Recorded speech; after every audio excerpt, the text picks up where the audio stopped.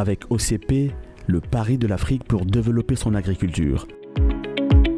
Le groupe OCP, partenaire exclusif de la thématique agriculture sur Africa 24.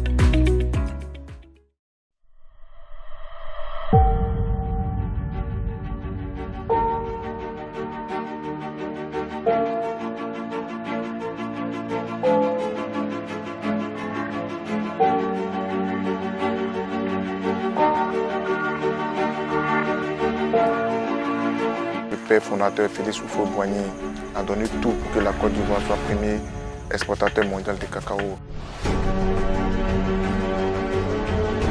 On aime se retrouver au campement, au champ, dans nos éléments, voir être en contact avec la nature. La Côte d'Ivoire est le plus grand producteur de cacao au monde. Année par année, le pays confirme son statut de puissance agricole avec 2 millions de fèves récoltées annuellement. Aujourd'hui, le défi reste au niveau de la transformation, car l'industrie du cacao ne transforme qu'environ un tiers des fèves récoltées. Certains industriels, comme Diakité Cocoa Production, se sont justement lancés dans ce défi de transformation grâce à la cacaoculture. La cacaoculture est le mode de production le plus dominant en Côte d'Ivoire. L'exploitation de cette culture nécessite une chaîne de travail qui va de la cueillette à la mise en vente. Selon le Conseil du café cacao, elle représente entre 15 et 20% du produit intérieur brut du pays, où elle emploie près de 600 000 planteurs et fait vivre près du quart de la population, soit environ 6 millions de personnes.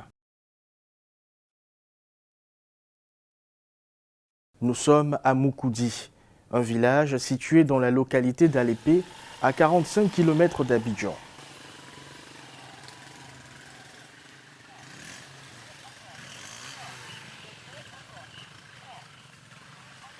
Dans cette plantation, les frères Diakité sont à pied d'œuvre pour récolter la noix de cacao. Il s'agit là du premier processus de production. Comme généralement la plupart des jeunes les week-ends se retrouvent à Siné ou à Bassam, on aime se retrouver au campement, au champ, dans nos éléments, voir être en contact avec la nature, surtout avec ces belles fèves qui font la fierté de la Côte d'Ivoire. Donc nous sommes engagés pour une jeunesse cacaoculteur. Les frères Diakité sont à la tête de Diakité Cocoa Production, une société spécialisée dans la transformation du cacao en produits semi-finis. L'entreprise a des plantations dans 8 villes de la Côte d'Ivoire et produit environ 10 000 tonnes de beurre de cacao par an. Pour les frères Diakité, la jeunesse ivoirienne doit s'accaparer de la richesse qu'est la cacaoculture. Le père fondateur Félix Houphouët-Boigny a donné tout pour que la Côte d'Ivoire soit premier exportateur mondial de cacao. Et il revient en nous, nouvelle génération de cacaoculteurs, de faire de cette force qui nous a été donnée une puissance. Après la récolte de la fève, direction Abidjan pour procéder à la deuxième phase de production qui est la transformation. Diakité Cocoa opère dans la production de masse, de beurre et de poudre de cacao. Son siège social se trouve dans la commune d'Abobo. C'est ici que commence l'industrialisation du cacao. Donc ici, nous avons la ligne de nettoyage qui permet de nettoyer les fèves de cacao pour enlever tout ce qui est brisure, tout ce qui est grabeau, tout ce qui est des fèves qui sont petites, tout ce qui est impurité, tout ce qui est cailloux, tout ce qui est métal, tout ce qui est corps étranger. La fève de cacao subit toute une série de transformations avant d'arriver à la forme souhaitée. Donc ici, c'est la deuxième étape qui consiste à déverser ces différents types de produits de grabeaux et brisures ici dans la trémie de réception.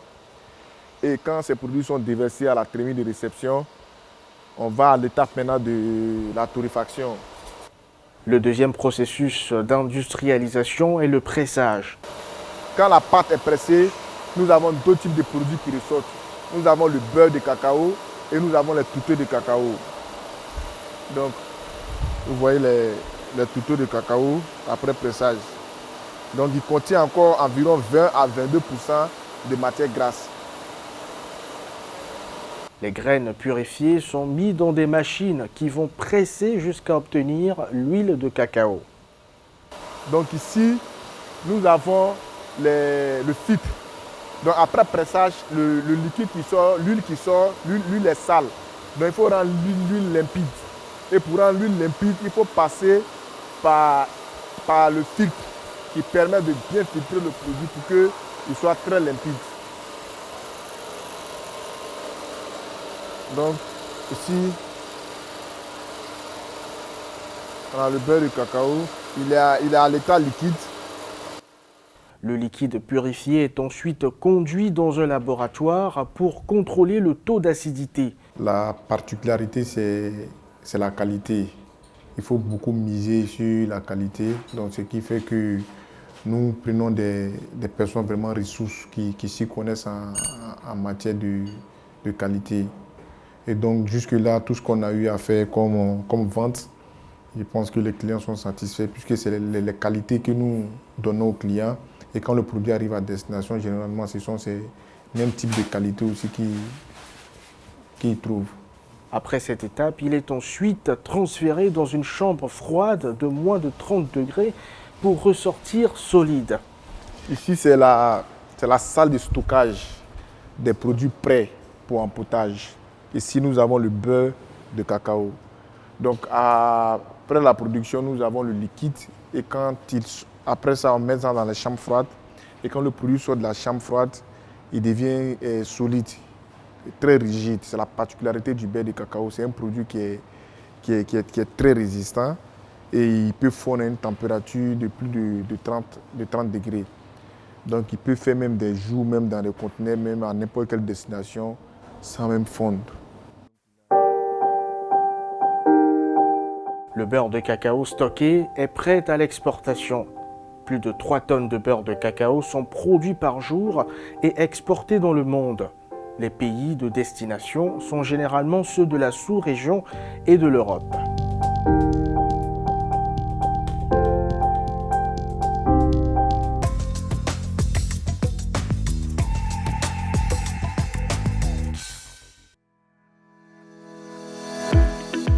Avec OCP, le pari de l'Afrique pour développer son agriculture. Le groupe OCP, partenaire exclusif de la thématique agriculture sur Africa 24.